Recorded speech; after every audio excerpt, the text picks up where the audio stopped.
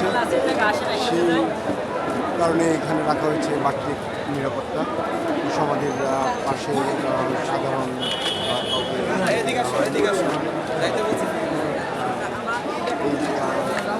জাদুঘরের সামনে পর্যন্ত যাচ্ছে। এখানে ব্যারিকেড দেওয়া, আইন শৃঙ্খলা রক্ষাকারী বাহিনীর নিরাপত্তার জন্য এই ব্যবস্থা রয়েছে। 2 স্তরের নিরাপত্তা ব্যবস্থা দেখতে পাচ্ছি আমরা। একটি হচ্ছে পুলিশ, এরপরেই দেখছি বিজিবি, তারপরে সমাধিকে সমাধিস্থ করা হচ্ছে।